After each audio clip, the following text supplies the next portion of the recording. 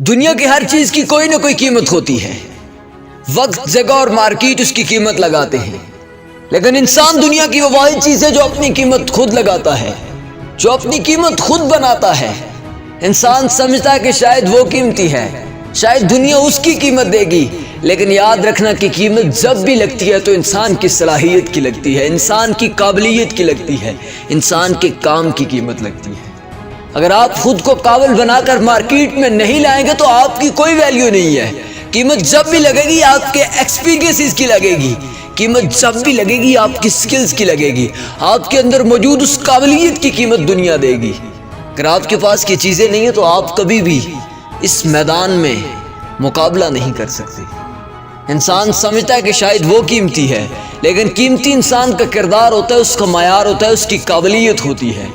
ہاں ایک بات یاد رکھنا کہ شاید دنیا یہ سوچ رہی ہے کہ اس کے پاس سکلز ہوں گی، اس کے پاس ایکسپیرینسز ہوں گے تو وہ مارکیٹ میں آ کر چھا جائے گی، لیکن یاد رکھنا کہ جو سکلز اور ایکسپیرینسز کے ساتھ ساتھ کردار اور معیار کی چیزوں پر پورا اترتا ہے، دنیا اس کی قیمت دیتی ہے. اگر آپ کے پاس ایک سوچ، ایک نظریہ، ایک کردار، ایک اخلاق ہے تو پھر دنیا آپ کی قیمت دے گی، کیونکہ ایکسپیرینسز اور سکلز والے اس دنیا میں لاکھوں کروڑوں پھر رہے ہیں جن کے پاس کچھ بھی نہیں ہے.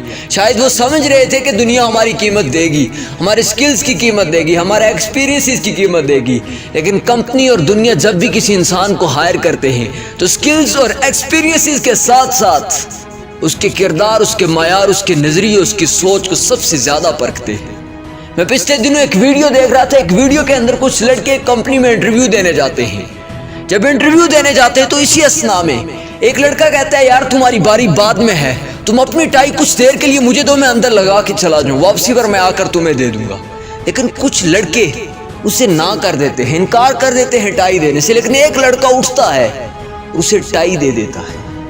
کچھ دیر کے بعد جب رزلٹ نکلتے ہیں تو پتہ چلتا ہے جس لڑکے نے ٹائی دی تھی وہ ہائر کر لیا گیا ہے، کمپنی نے اسے ہائر کر لیا ہے.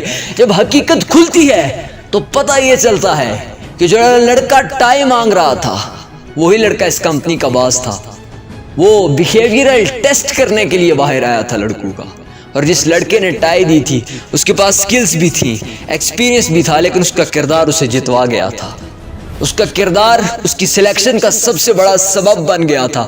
باقی سب کے پاس سکلز تھی، ایکسپیرینسز تھے، ڈگریز تھی، لیکن ان کردار کی کمی کی وجہ سے وہ آج وہاں پر فیل ہو چکے تھے. اگر آپ سکلی ہیں، ایکسپیرینسیبل ہیں تو یاد رکھنا کہ اپنے اندر کردار اور معیار بھی پیدا کرنا، یہی چیزیں تمہاری قیمت بھی بڑھائیں گی.